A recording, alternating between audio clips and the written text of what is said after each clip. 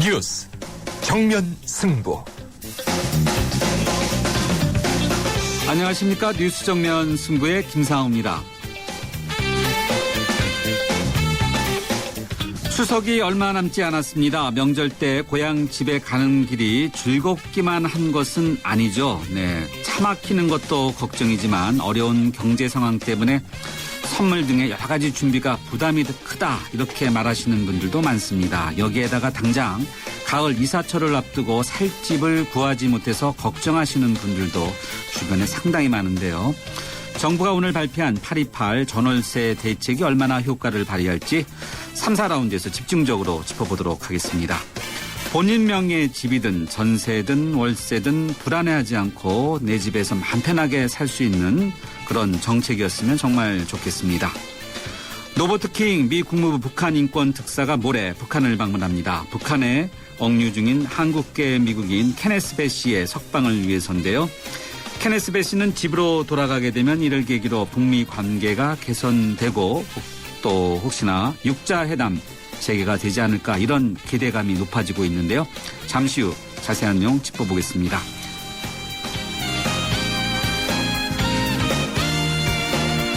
뉴스 정면 승부에서는 매일 우리 사회 현 주소를 대변하는 한 글자를 드리고 있는데요. 오늘 한 글자로 바라본 세상은 집입니다. 집에 대한 여러분들의 다양한 생각, 짧은 문자는 50원, 긴 문자는 100원에 유료 문자인데요. 휴대전화 우물정 0945번으로 보내주시면 오늘 방송에서 함께 하겠습니다. 8월 28일 수요일 뉴스 정면 승부 문을 열죠.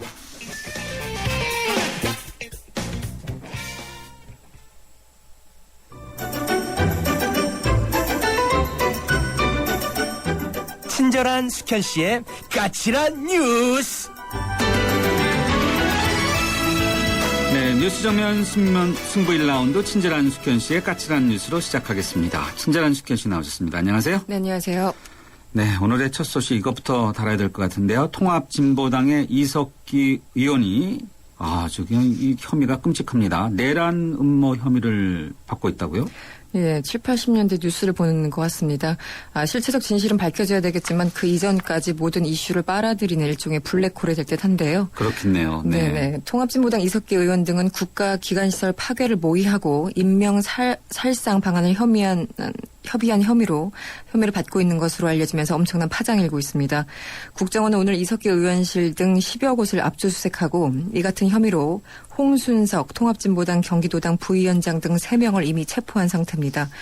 국정원은 유사시에 대비해서 총기를 준비하라 이런 녹취록을 증거자료로 확보한 것으로 알려졌고요. 바로 그 부분 때문에 더 사람들이 놀라는 것 같아요. 네, 좀 끔찍하죠. 이 사실 여부, 진짜 이것이 녹취록이 만약에 공개된다고 했을 경우에 사실이라면은 끔찍하지 않습니까? 예, 게다가 기관시설 타격 모의, 인명 살상 방안 논의 이런 것들이 지금 언급되고 있습니다.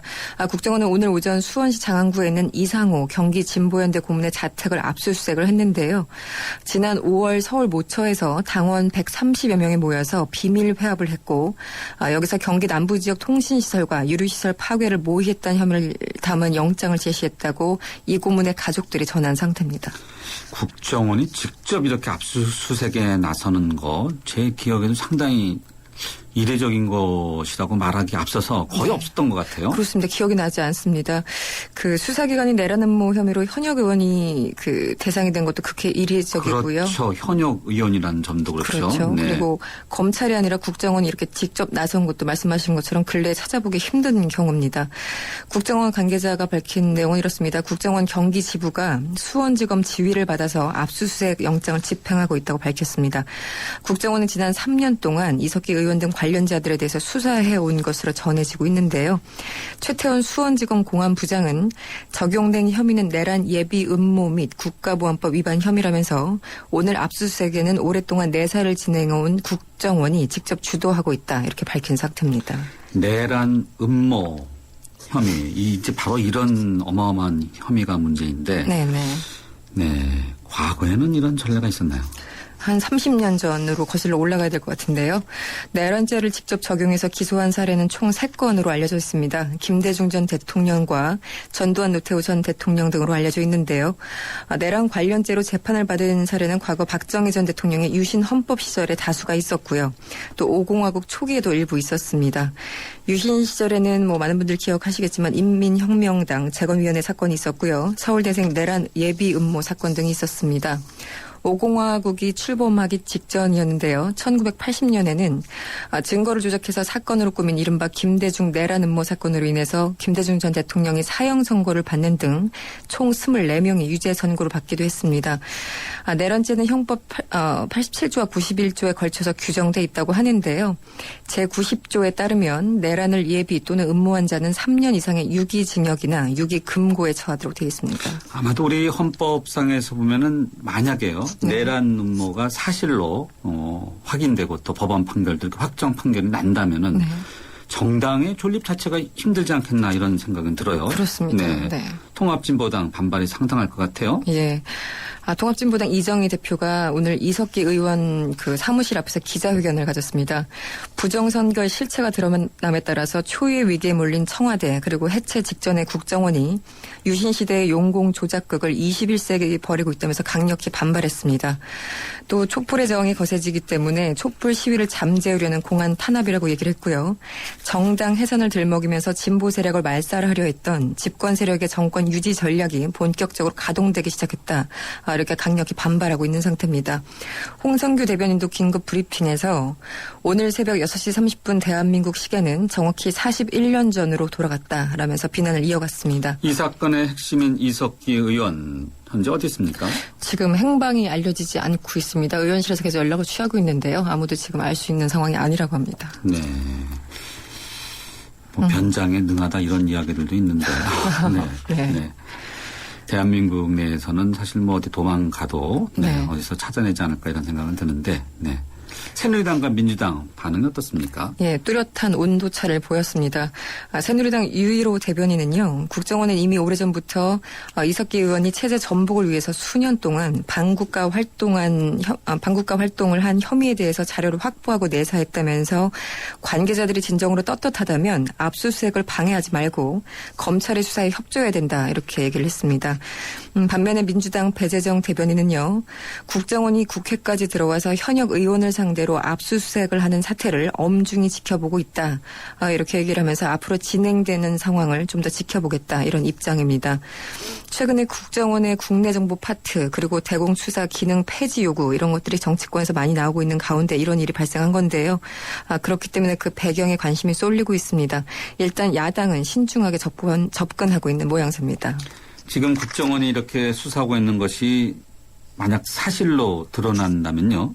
그러면 국내 정보 파트의 대공수사 기능 폐지 요구 이런 것들이 금방 쑥 들어갈 가능성이 높겠어요. 네. 그래 여론으로 보면 그렇긴 한데 어쨌든 국정원의 정치개입 의혹을 밝히는 것과 이거는 좀 별개로 구분해야 되지 않을까 싶습니다. 네. 바로 그런 부분들을 이제 야당이 접근을 할 텐데. 지금 천막 당사에서 지키고 있는 민주당은 일단 전국이 이렇게 새로운 또 국면으로 전개돼서 상당히 어려울 것 같은데 그동안 트위터 정치만 하던 문재인 의원이 이제 천막 당사를 찾았죠. 예, 그렇습니다. 민주당 문재인 의원은 오늘 그 서울 광장에서 노숙 투쟁을 벌이고 있는 김한길 대표를 방문했습니다. 문 의원은 오늘 그 김 대표를 만난 자리에서 야당 대표가 노숙 투쟁을 하는 것은 처음이라면서 오히려 대통령이 먼저 야당 대표에게 만나자고 제안해서 전국을 풀어야 하는 상황인데 야당의 회담 요청에 박근혜 대통령이 응하지 않는 것은 납득하기 어렵다. 이렇게 얘기를 했습니다.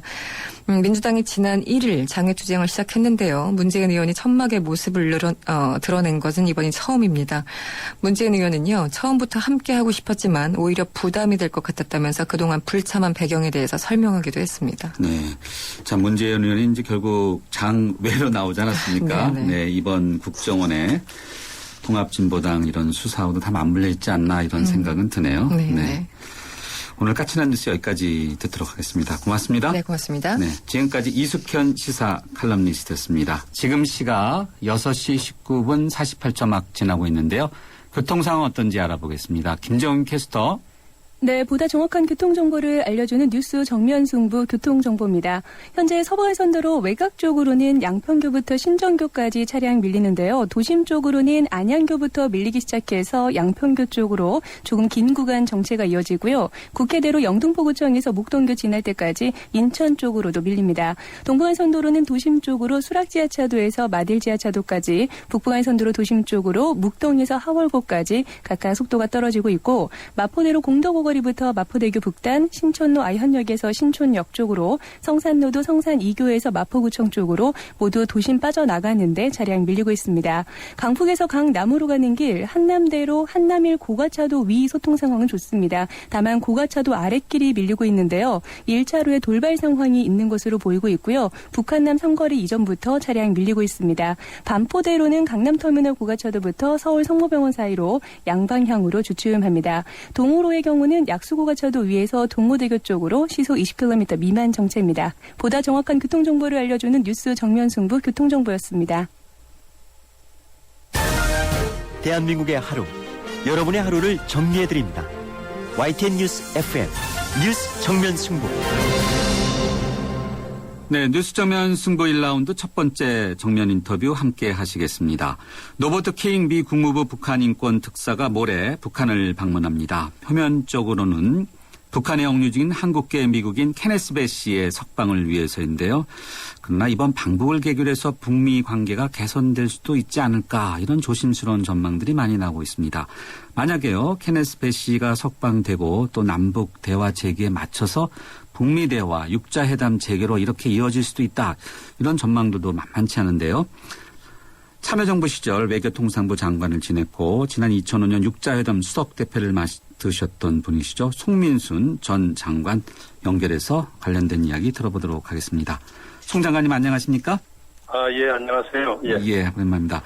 로버트 킹 미 국무부 북한 인권 특사 모레 북한을 방문하는데, 미 정부의 고위 관리가 김정은 국방위원회 제1위원장 체제 출범 이후에 북한을 공식 방문한 것은 이번이 처음 아니겠습니까?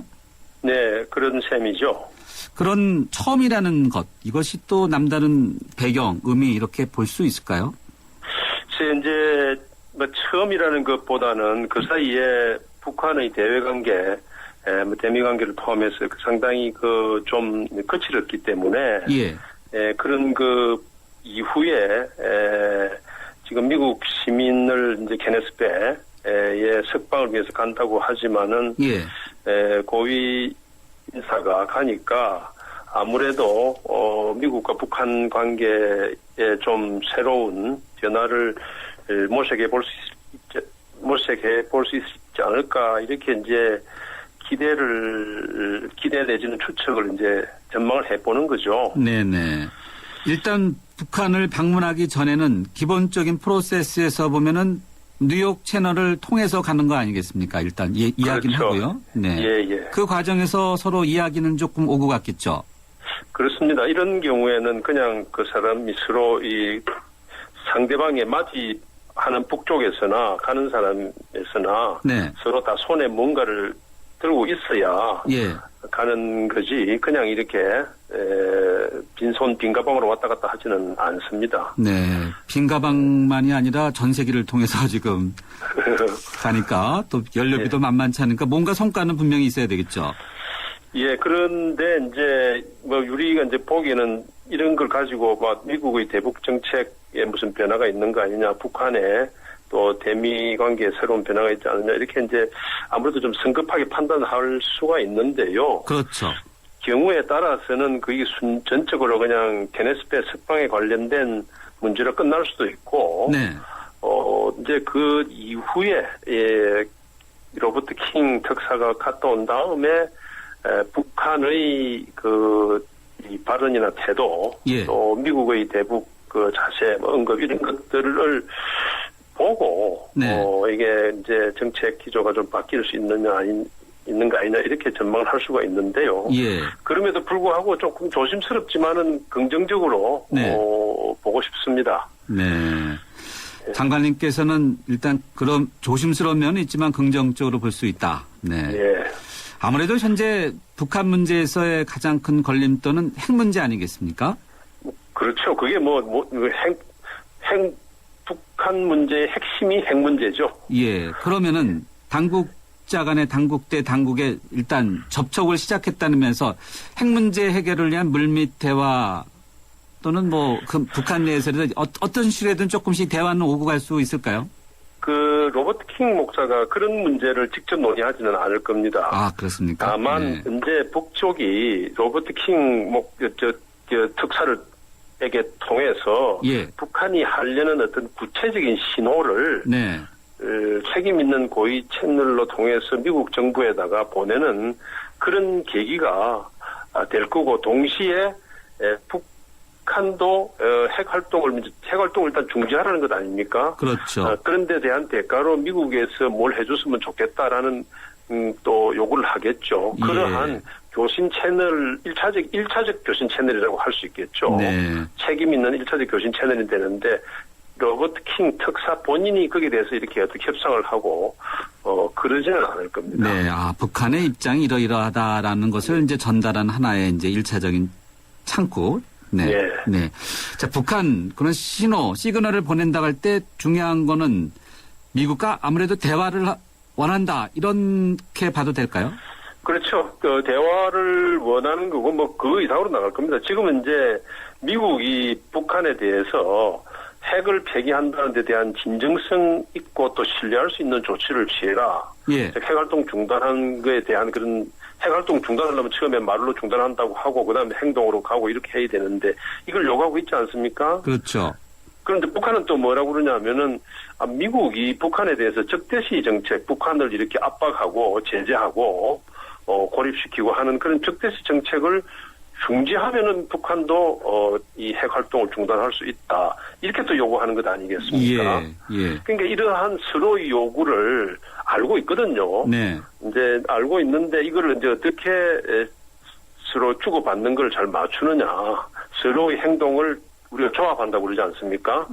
조합을 어떻게 시키느냐 하는 그런 상황이 있기 때문에 이번 이제 로버트 킹 특사 방북 이후에 지금 이야기한 그런 문제들을 논의할 수 있는 장이 열리느냐 안 열리느냐 그런 걸 좀 우리가 지켜볼 필요가 있는데요. 저는 이 문제에 대해서는 우리 정부에서 어느 정도는 교감을 하고 있을 것으로 그렇게 이해를 합니다. 네, 어느 정도 교감을 하고 있을 것이다. 그런 면에서 보면은 중국의 육자회담 수석 대표는 우다웨이 대표가 평양을 방문했고 그렇지 않습니까? 그러면은 다 이런 것이 다 맞물려 있다고 봐야 될까요? 그렇죠. 지금 이제 제가 지금 이야기한 미국의 대북 요구 그리고 북한의 대미 요구에 있어서 잘 안 되는 게 누가 먼저 행동을 할 거냐. 그리고 말을 한 것에 대한 책임을 누가 질 거냐 하는 이런 것들을 중간에서 거중을 하고 또 어떤 차원에서는 보정을 좀 써야 됩니다. 우리가 왜 사람 사이 거래에 있어서도 좀 서로 믿지 못할 때는 중간에 보정자가 생기지 않습니까? 그렇죠. 근데 지금은 이제 미국과 북한이 서로 중국에 대해서 그 보정자 역할을 하라 이렇게 요구를 하는 겁니다. 아, 그렇군요. 그런데 이제 중국이 또 객관적으로 미국과 북한 사이에 객관적인 보정자가 될 수가 없는 또 문제가 있잖아요. 중국은 중국대로 한반도 문제, 북한 문제에 대한 자기의 또 이해관계가 절삭에 걸려 있기 때문에 그러한 이제 중국의 입장이 상당히 쉽지는 않죠. 그런 과정에서 지금 우다웨이 이 대표가 이제 북한에 가고 또 그 사이에 미국과 중국 사이에도 이런 문제가 어느 정도 논의가 됐는데 이 논의 자체는 사실 이 미 중간에 지난번에 이제 6월 달에 캘리포니아에서 오바마 대통령과 시진핑 주석이 처음 만났지 않았습니까? 그렇죠. 이런 때부터 전 세계 문제 중에 핵 문제가 또 북한 핵 문제도 중요한 문제 중에 하나이니까 서로 한반도 정세는 안정돼야 된다. 그리고 북한 핵 문제는 중지되고 해결돼야 된다 하는 원칙에는 서로 충분히 공감을 하고 있습니다. 근데 이제 구체적 방안에 대해서 이제 합의가 안 되는 거죠. 그건 왜냐하면 제가 지금 말씀드린 미국은 중국에 대해서 보정자 역할을 하라고 그러는데 중국은 중국 나름대로의 자기의 전략적 이해관계가 있으니까 이걸 조절하는 과정에서 나온 이제 구체적인 행동이 지금 우다웨이의 방북 이라고 그렇게 봅니다. 네. 송 장관님께서는 지난 2005년에 우리 측 육자회담 수석대표를 하시지 않았습니까? 네, 그렇습니다. 자, 그러면은 이제 육자회담, 중국, 우다웨이, 북한도 방문하고 했으니 육자회담은 언제쯤 열릴까요? 육자회담이 이게 열리는 게 그 문제가 아니거든요. 그럼 만약에 회담을 열었는데, 예. 그 회담 끝날 때 대해서 아무것도 그렇죠. 합의가 안 됐다. 이러면 열리지 못하는 것보다 예. 더 위험합니다. 회담을 열 때는 이 회담이 끝날 때 우리가 뭐를 어느 정도 합의할 수 있을 것이라는 어느 정도 윤곽이 잡혀야 그래야 그 회담이 열리는 겁니다. 그렇죠. 그래서 이게 회담을 언제 재개하느냐가 중요한 게 아니고 회담을 열었을 때 뭘 손에 서로 질 수가 있을까 하는 그러한 그림이 그려질 때 열리는데 저는 이제 그럼에도 불구하고 만약에 미국, 중국, 북한뿐만 아니라 우리 한국의 큰 역할이 필요하겠는데요. 이런 그 각 중요 핵심 당사국들이 강력한 의지만 있으면은 금년 중에라도 결과물을 상정한 회담 재개 이런 게 가능할 것이라고 희망을 이제 합니다만 문제는 제가 이야기한 그런 강한 의지가 어느 정도 있느냐 하는 겁니다. 북한은 나름대로 이미 북한이 지금 입장이 상당히 좀 이제 왔다 갔다 하는데 핵을 가졌다. 이렇게 하면서 회담을 하는데 사실 2005년 9.19 공동성명에서 보면은 북한이 핵을 가지고 있다면 그걸 폐기해야 되고 안 가지고 있더라도 핵개발 계획 자체를 포기하게 돼 있습니다. 그러니까 그때 합의된 사항을 그대로 이행하는 방식에 대해서 지금 만약에 미국이 이제 강력한 의지를 가지고 있다면은 저는 이 회담 재개가 좀 더 빠를 수가 있고 또 미국의 입장에서 볼 때 지금 미국이 이 중동의 시리아라든지 이집트 이런 데 문제 아주 골머리가 아프지 않습니까? 그렇죠. 미국의 외교 정책의 무능 실패 이런 비판이 많은데 아시아에서 북한 핵 문제 이런 데 대해서는 또 긍정적인 효과를 내면은 그 미국의 외교의 성과로서 빛을 할 수 있기 때문에 백악관에서 이 문제를 그런 시각에서 보고 있는지 그건 앞으로 조금 더 지켜봐야 되겠네요. 성과문에 대한 의지가 이제 중요하다고 이제 언급해 주셨는데, 이제 우리 측 의지도 상당히 중요하지 않겠습니까? 특히. 그렇습니다. 지금 남과 북 이산가족 상봉 문제 또 개성공단 정상화 문제 일단은 남과 북이 머리를 맞대면서 뭔가 속도를 내는 듯한 분위기인데 이건 어떻습니까? 그렇습니다. 이게 지금 말씀이죠. 남북 관계하고 지금 우리 논의한 북한 핵 문제하고 이거는 서로 딱 맞물려 있는 겁니다. 그러니까 간단히 상징해서 지금 북한이 핵을 계속 보유하고 개발하고 이런 상태에서 남북 관계가 갈 수 있는 데가 어디까지 가겠습니까? 별로 못 갈 거 아니에요. 우리 국민들이 아니 핵을 들고 우리 위협하고 있는 상태에서 무슨 북한하고 뭘 하겠느냐. 지금 개성공단 재개 이걸 원위치시킨다는 정도로 상징적인 이런 건 되지만은 실질적인 건 안 되거든요. 그래서 우리 정부가 이거 남북 관계를 우리가 끌고 가고 또 한반도 문제 핵심, 박근혜 대통령께서도 어저께 한반도 문제 핵심이 이제 핵 문제라는 걸 잘 짚고 계시던데 이걸 진전시키려고 그러면은 우리가 이 남북 관계만 몰두할 수가 없는 상황입니다. 그래서 이걸 같이 맞물려 북한의 핵 문제와 남북 관계를 같이 물고 나가려고 하면은 제 생각에는 우리가 미국과 중국이 이 문제에 대해서 좀 전략적으로 타협을 할 수 있도록 지금보다는 조금 더 큰 외교를 해야 될 거라고 생각을 합니다. 큰 외교라는 것이 우리가 조금 더 오픈한다든지 유연하게 한다든지 남북 관계를 조금 더 쉽게 풀어가야 된다 이런 뜻인가요? 그럼 첫째는 이제 지금 원칙 있는 외교 그러는데 저는 원칙이 있는 탄력성을 가지고 원칙 있는 탄력성을 가지고 대미 대중 외교를 이제 해야 되고 그때 탄력성이 뭐죠? 그러니까 지금 말씀드린 좀 유연성이 더 있어야죠. 유연성. 유연성. 그러니까 유연성이 있는 원칙이랄까 이렇게 이제 저는 하고 싶고 동시에 이 그림을 조금 지금보다 더 크게 봐야 됩니다. 남북 관계 첫째는 제가 말하는 원칙 있는 탄력성을 요구하고 싶고 두 번째로는 좀 더 큰 시각, 높은 데 시각, 다시 말해서 미국과 중국이 한반도에서의 전략적으로 서로 이해관계가 어떻게 상충되고 조화될 수 있는가를 봐가지고 그걸 우리가 좀 갖다 붙여줘야 돼요. 이게 조화를 시켜줘야 되는 겁니다. 그랬을 때 북한에 대해서 핵을 포기할 수 있는 설득력 있고 효과 있는 그 압박을 할 수가 있거든요. 예. 압박도 하고 설득도 할 수 있는. 그래서 저는 그 두 개를 크게 묶어서 좀 더 지금보다는 조금 더 큰 외교를 해야 되겠다. 이런 생각이 듭니다. 그런 면에서 보면은 장관님께서 말씀하신 건 우리가 키를 갖고 있다는 뜻인가 보죠? 우리가 상당한 키를 가질 수가 있습니다. 그렇게 하려면 우리가 이게 굉장한 이 정치적 외교적 투자를 해야 되는 거죠. 예, 저는 지금까지 이 새 정부가 예.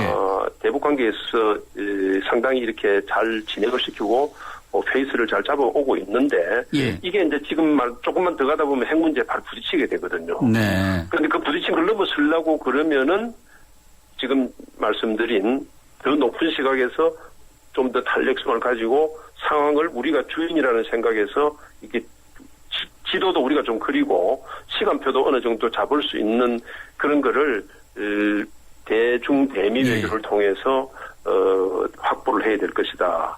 라고 그렇게 봅니다. 예, 알겠습니다. 장관님 오늘 말씀 정말 잘 들었습니다. 감사합니다. 네, 감사합니다. 네, 지금까지 지난 2005년 육자회담 수석대표를 맡았던 송민순 외교통상부 전 장관이었습니다. 2013년 9월 수원시 행궁동에서 생태교통 수원 2013이 열립니다. 생태교통 수원 2013은 화석연료 고갈 시대를 가정해 주민들이 한 달 동안 자동차 없이 생활하는 세계 최초의 착한 프로젝트입니다. 미래가 머무는 30일, 미래로 걸어가는 수원시. 차보다 사람이 빠른 마을 행궁동 발걸음은 미래의 속도입니다. 사람이 먼저인 생태교통도시의 꿈, 미래보다 먼저 꿈꾸고 전 세계보다 먼저 도전합니다. 2013년 9월 수원 생태교통축제에 여러분을 초대합니다. 이 행사는 사람이 반갑습니다. 휴먼시티 수원시가 함께합니다. 2013 충주 세계조정선수권 대회가 8월 25일부터 9월 1일까지 한금호 국제조정경기장에서 성대하게 펼쳐집니다. 한가라 내 청춘! 생명과 태양의 땅 충북, 대한민국 중심고을 충주, 천혜의 자연경관을 배경으로 펼쳐지는 인류화합의 대제전. 지구촌 젊은이들의 도전과 열정, 그리고 화합. 5대양 6대주 80개국 2,300여 명의 선수가 인간의 한계에 도전합니다. 자연과 하나 되는 지구촌 최대 물회축제 2013 충주 세계조정선수권 대회, 여러분을 초대합니다. 살아있는 뉴스, 깨어있는 방송, 한국의 뉴스 채널 YTN 뉴스 FM.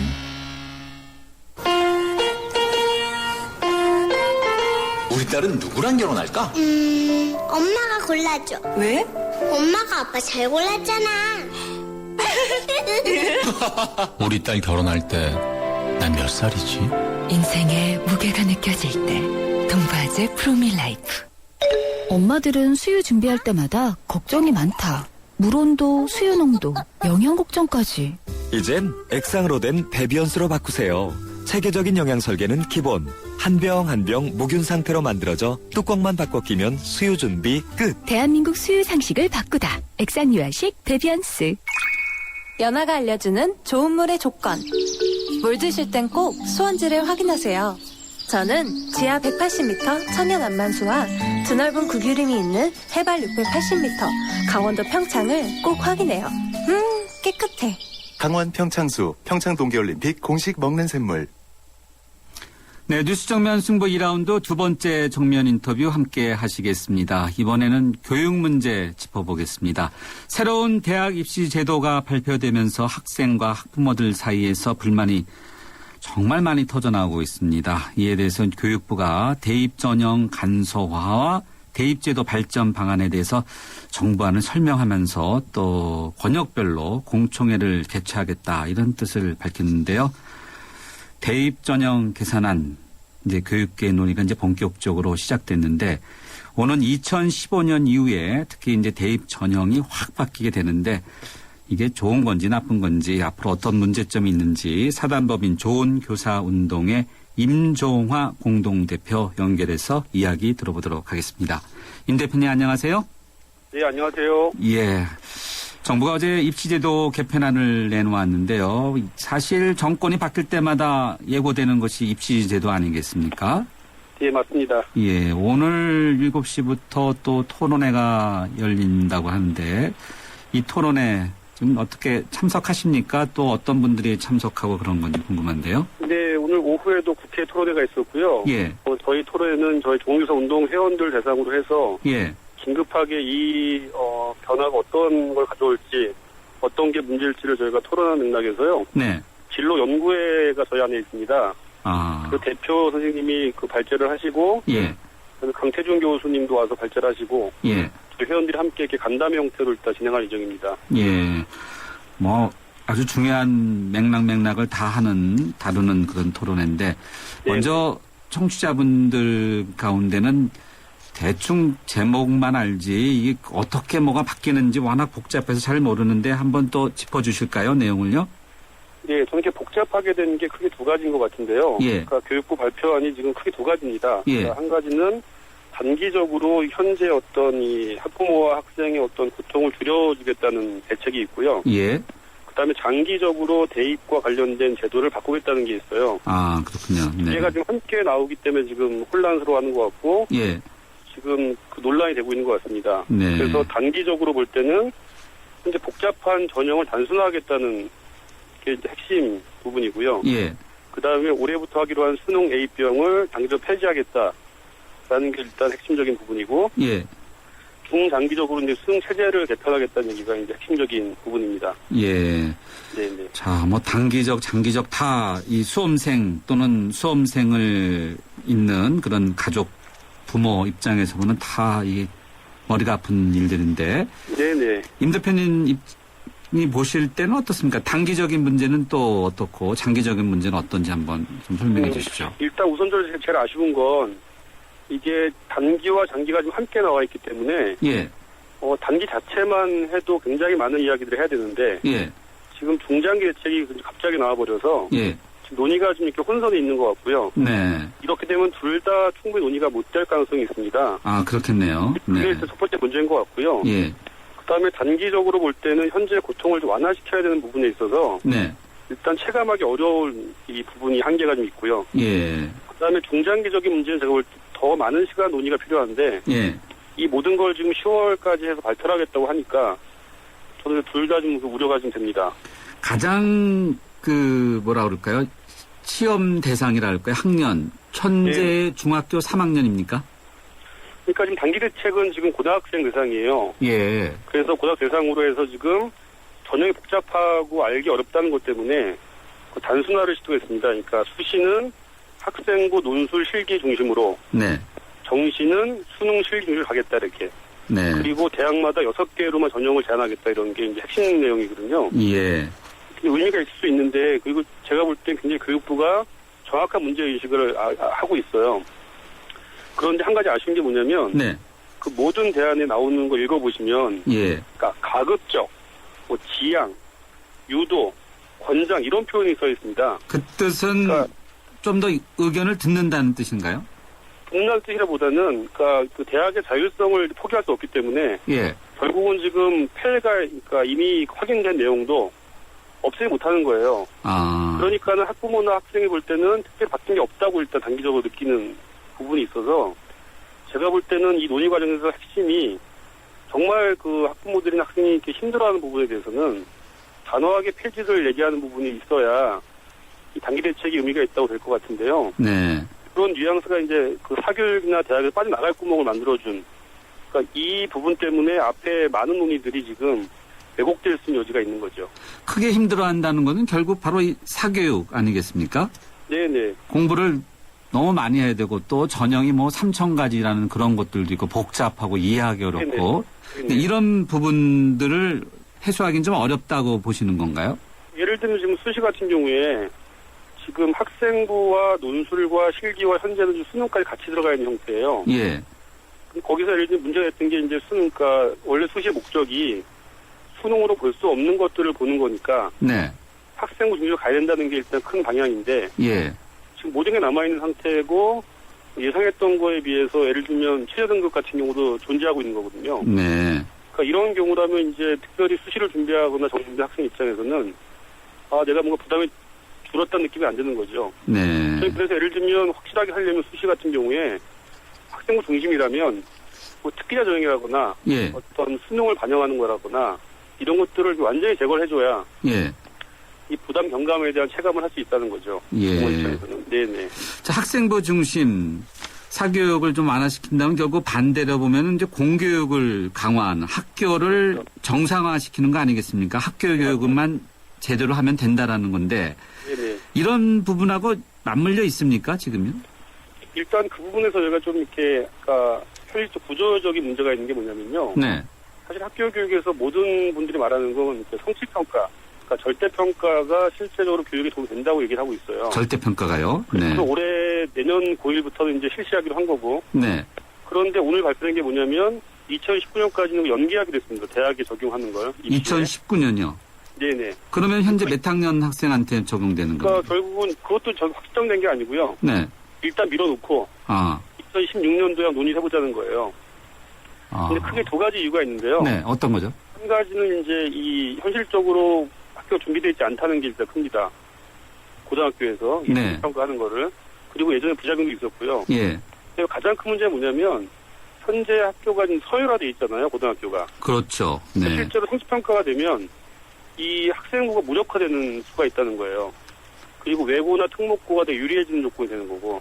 그렇군요. 그러다 보니까는 이게 좋은 걸 알지만 적용하기 어려워져서 네. 실제 시행이 내년부터인데 당장 이 아이들은 결국 대입 시에는 여전히 상대표가 남아있는 구조가 남아있습니다. 네. 그래서 정말 공교육이 정화되려면 그런 모든 것들을 함께 좀 다룰 필요가 있는데 예. 그럴 땐 그걸 다루지 못하는 이 구조의 문제는 놔두고 다른 걸 계속 건드리다 보니까 근본적으로 치유가 안 되는 거죠. 네.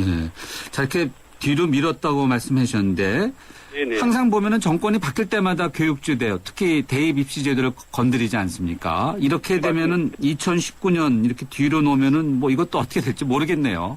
저 같은 경우도 아쉬운 게 평가가 좀 이 구조가 남아 있다면 결국 우리나라에 들어올 수 없는 게 돼버립니다. 매번 이게 이 문제가 될 거기 때문에. 참 그래서 이 부분은 저도 예를 들면 고교 체제를 개선해서라도 성취평가가 들어올 수 있는 여지를 만들어 놓고 학교가 준비하게 하지 않으면 2019년에 가더라도 여전히 이 문제는 똑같이 남아 있습니다. 네. 네네. 또 오늘 많은 언론들이 쓴 기사를 이렇게 보면서 눈에 띄는 방안 중에 하나가 이제 문과 이과를 융합한다, 통합한다, 뭐 벽을 없앤다, 뭐 이런 것들도 있는데 이런 거는 어떻습니까? 저는 그 부분이 되게 아쉬운 부분인데요. 왜요? 뭐냐면 굉장히 이게 중요한 부분이에요. 그러니까 의미 있을 수 있는 부분입니다. 네. 수능제 개편이. 그런데 저는 이 정부의 발표가 아쉬운 게 뭐냐면 일단 이게 지금 굉장히 큰 그림인데 이걸 지금 대입 간소화 같이 가버렸어요. 그리고 한 달 만에 결정을 해야 되는 상황이 돼버렸기 때문에 제 추측은 이거 가기 어렵습니다. 지금 어렵다. 상황에서는. 왜요? 왜 어렵냐면 지금 이 융합 방안은요.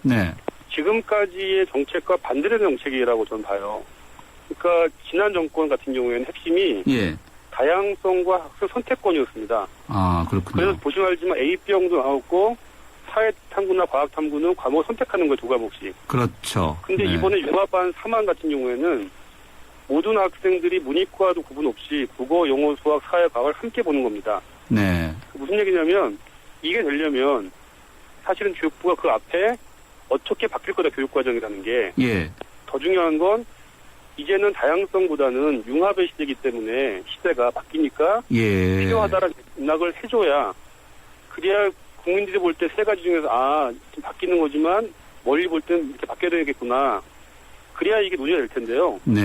지금은 3안은 지금 다른 거 아무 얘기 없이 배경이 없이 그거와 말하기 때문에 당연히 부모들이 볼 때는 너무 많이 바뀌는 거고 학교가 대응 못할 것 같고 크게 증가할 것 같은 거죠.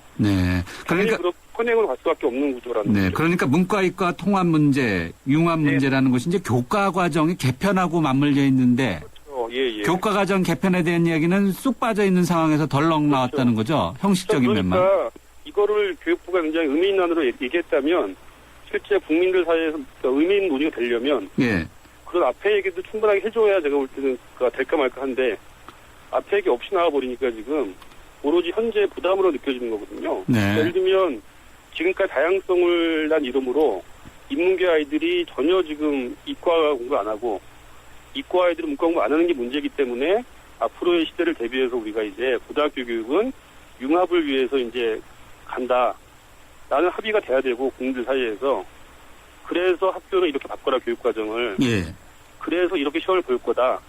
이게 일관성 있게 나와야 제가 볼 때는 이게 의미가 있는데 지금 앞에 얘기가 없으니까 지금 이게 굉장히 지금 언론에 제가 아쉬운 건 학위 증가할 거라 이런 식으로만 지금 되게 특비적으로 좀 논의가 되고 있습니다. 그렇죠. 저도 그렇게 일단 오늘을 느꼈는데 지금 대표님 말씀 들어보니까 맞습니다. 또 그런 것이 또 그러니까 저는 이게 의미 있을 수 있거든요. 이렇게 전 세계적인 변화를 볼 때는.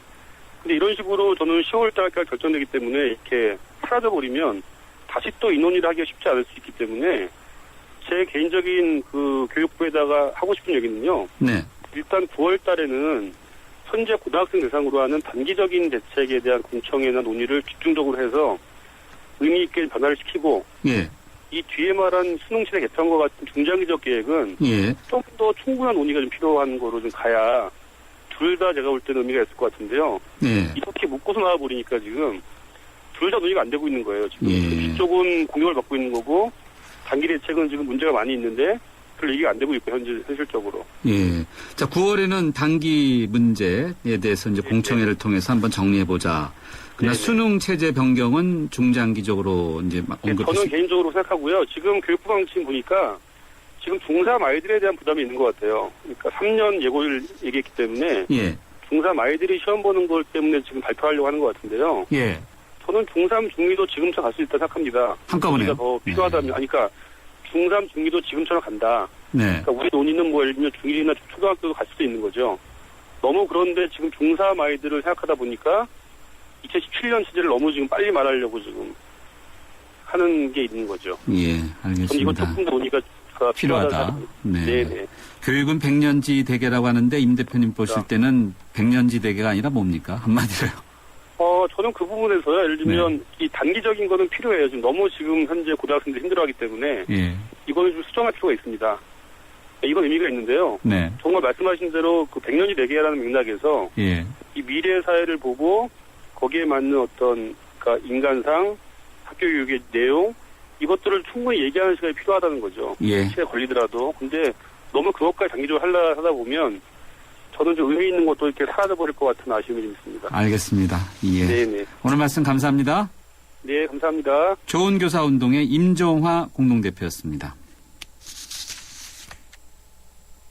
8월 뜨거운 여름 쉐보레 쿨한 혜택. 쉐보레 차량 구매 시 쿨하게 최대 150만 원 할인 혜택. 올란도 캡티바 트랙스 구매 시 쿨한 캠핑용 차량 그늘막 지원. 스파크 구매 시 최대 36개월 무이자 할부. 쉐보레 썸머 페스티벌. 전시장 및 홈페이지 참조. 8월 31일까지 스파크 S 제외. SK 이노베이션의 전공은 묻는 겁니다. 석유 안 나면 석유 수출 못해? 자원 없으면 자원 강국 안 돼? 이 질문에서 53조 수출과 16개국 자원 개발이 시작됐죠. 물음이 있는 곳에 이노베이션이 있다. SK 이노베이션. 왜 그랬어요? 너 최신의 LTE 아이폰 사드렸는데 왜 그러세요? 넌 나에게 3G도 줬어. 100% LTE가 있는데도 말이야. 이럴 수가. 3G 섞인 LTE. 3G 전환 없는 100% LTE로 완벽하게. LTE도 U+가 진리. LTE 지원 낱말 기준. 네, 방금 전 대학 입시 문제와 관련해서 청취자분들의 의견이 많이 들어와 있는데요. 9872님입니다. 도대체 몇 번째 바뀌는 건지 모르겠어요. 대학 입시가 일회용도 아니고 대학에 보내야 하는 부모 입장에서는 너무 혼란스럽네요. 8724님입니다. 학생과 학부모의 부담을 덜어주려는 취지는 환영입니다. 하지만 대학 입시 전형을 축소하고 통합한다고 이것이 해결될 문제일지는 좀 더 신중히 따져봐야 할 것 같네요. 네, 의견 감사합니다. 대한민국 국민들은 축구, 정치, 교육은 모두 전문가라고 이야기하는데 워낙 많이 바뀌어서 그런 것이 아닌가 이런 생각이 드네요. 저희 뉴스 정면 신문은요. 대한민국 대표연행 KB국민은행과 함께하고 있습니다. 주요 뉴스 들으시고요. 저는 3라운드에 다시 뵙겠습니다.